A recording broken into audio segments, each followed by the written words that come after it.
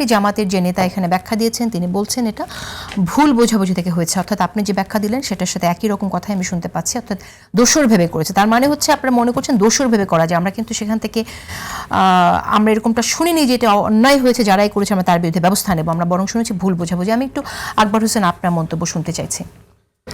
না, এটা তো আরেকটি কথা একটু অ্যাড করি, আপনি নিজে সাংবাদিকতা করেছেন, আপনি জানেন যে একদিক থেকে রাজনৈতিক ব্যক্তিদের প্রোগ্রাম থাকলে তাদের বক্তারা বক্তব্য দেবে, কিন্তু কখনো কখনো যারা ফিল্ড রিপোর্ট কাভার করতে যায় তারা কিন্তু বলে যে সিনিয়ররা দিলে বা এই বক্তারা দিলে আমরা কাভার করতে পারবো। কারণ এখানে একটু হাফ এসছে কমেন্টটা, আমি পুরো বক্তব্যটা যদি শোনাই আপনাকে, তাহলে বক্তব্যটা এরকম ছিল সবাই বক্তব্য দিলে আমরা সেটা নিউজে ধরাতে পারবো না। অনেক সময় কিন্তু আমরা যদি, বা আপনিও জানেন যে কোনো সেমিনার আয়োজন করা হলে সেখানে বলে যে এত বক্তা আমরা কখন যাব, কখন নিউজে কাভার ধরাবো, সেই প্রসঙ্গটি আসে, সেজন্য যে এত অস্থির হয়ে অসহিষ্ণু হয়ে তার গায়ে হাত তুলবে।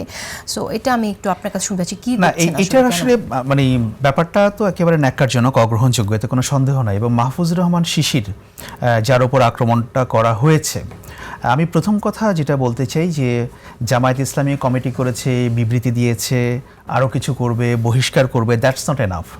ওখানে যারা এই কাজটা করেছে দ্যাটস এ ক্রিমিনাল অফেন্স, এবং এই লোকগুলো আইডেন্টিফাইড, তারা কারা করেছে, এবং তাদের বিরুদ্ধে মামলা হওয়া দরকার, তাদেরকে গ্রেফতার করা দরকার, এবং তাদেরকে আইনের হাতে সোপর্দ করা দরকার।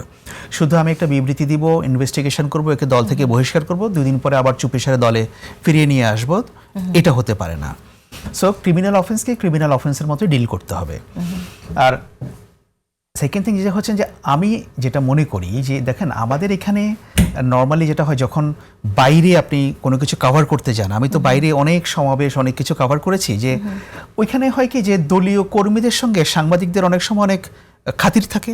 হ্যাঁ, সাংবাদিকরা গাইড করে যে এইভাবে করেন এইভাবে করেন, তাহলে আমাদের নিউজ ধরাতে সুবিধা হবে, আমরা একটু তাড়াতাড়ি চলে যেতে পারি, সেটা যেমন করে। আবার অনেক সময় ছোট্ট বিষয় নিয়ে একটা বাদানুবাদ তৈরি হয়ে আবার ঘটনাও ঘটে যায়। কিন্তু আমি মনে করি যে সাংবাদিকদেরও প্রফেশনাল যে বাউন্ডারি, এটার বাইরে আচরণ করা উচিত না। কোনো একটা পলিটিক্যাল পার্টি সমাবেশ করুক, আমি যতটুকু ধরাতে পারি আমি ততটুকু ধরাবো, আমি যতটুকু শুনতে পারি আমি ততটুকু শুনবো। এর বাইরে আমি তাকে ভাই আপনি তাড়াতাড়ি শেষ করেন, বা আপনি এই অ্যাঙ্গেলে কথা বলেন, এইভাবে এটা করেন, আমি আপনারটা ধরাতে চাই, why should I say this? আমি কেন তাকে বলবো যে আমি আপনারটা ধরা? আমি আমার টাইম ফ্রেমের মধ্যে যেটা পাবো আমি সেটাই করব। কিন্তু এর পরবর্তীতে যে ঘটনাটা ঘটেছে বাদানুবাদের পরিপ্রেক্ষিতে, এটা তো অগ্রহণযোগ্য। সো আমি এগেইন বলবো যে এই ক্রিমিনাল অফেন্সটাকে ক্রিমিনাল অফেন্স হিসেবে ডিল করা উচিত।